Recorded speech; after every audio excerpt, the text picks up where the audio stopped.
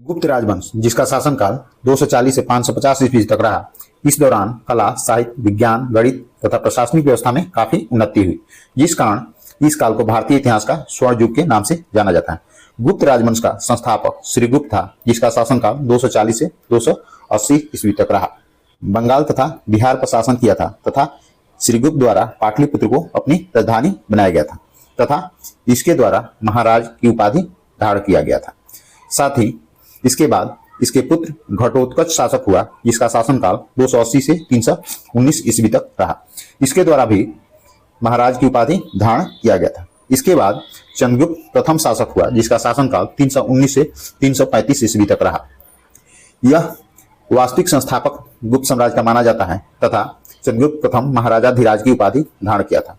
यह लिखी राजकुमारी कुमार देवी से विवाह किया था तथा इसका साम्राज्य विस्तार उत्तर प्रदेश, बिहार, बंगाल तथा नेपाल तक हो गया था। इसके बाद समुद्रगुप्त शासक बना, जिसका शासनकाल 335 से 375 ईस्वी तक रहा। समुद्रगुप्त को भारत का नेपोलियन कहा जाता है तथा इसके बारे में इलाहाबाद प्रयाग प्रशस्ति में हर्षियर द्वारा उसके सैन्य अभियानों का वर्णन किया गया है। यह पूरे उत्तर भारत को जीत लिया था तथा दक्षिण भारत तक इसके सैन्य अभियान चलाए गए थे। समुद्रगुप्त द्वारा अश्वमेध यज्ञ भी किया गया था तथा इसके द्वारा स्वर्ण मुद्राएं भी जारी किया गया था तथा समुद्रगुप्त कला, साहित्य तथा संगीत को भी संरक्षण दिया था।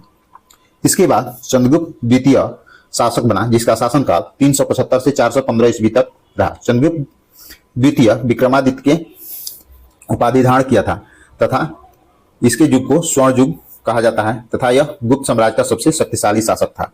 उसने शक राजाओं को भी हराया था तथा पश्चिम भारत को गुप्त साम्राज्य में मिला लिया था। इसी के दरबार में यानी चंद्रगुप्त द्वितीय के दरबार में ही 9 रत्न हुआ करते थे, जिनमें प्रमुख थे कालिदास, वराहमिहिर, आर्यभट्ट, अमर सिंह। उसने उज्जैनी को अपनी दूसरी राजधानी बनाया था।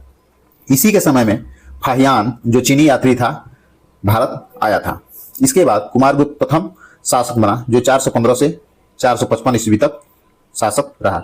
इसी के समय नालंदा विश्वविद्यालय की स्थापना की गई थी तथा कुमारगुप्त प्रथम द्वारा महेंद्रादित्य की उपाधि धारण किया गया था और अश्वमेध यज्ञ भी कराया गया था।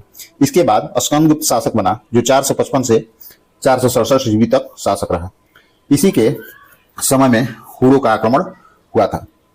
इसके बाद जो शासक हुआ पुरुगुप्त 467 से 473, पुरुगुप्त के बाद कुमारगुप्त द्वितीय 473 से 476, इसके बाद बुधगुप्त 476 से 495, इसके बाद नरसिंहगुप्त 495 से 530 ईस्वी, इसके बाद कुमारगुप्त तृतीय 530 से 540 ईस्वी तथा गुप्त साम्राज्य का अंतिम शासक विष्णुगुप्त हुआ,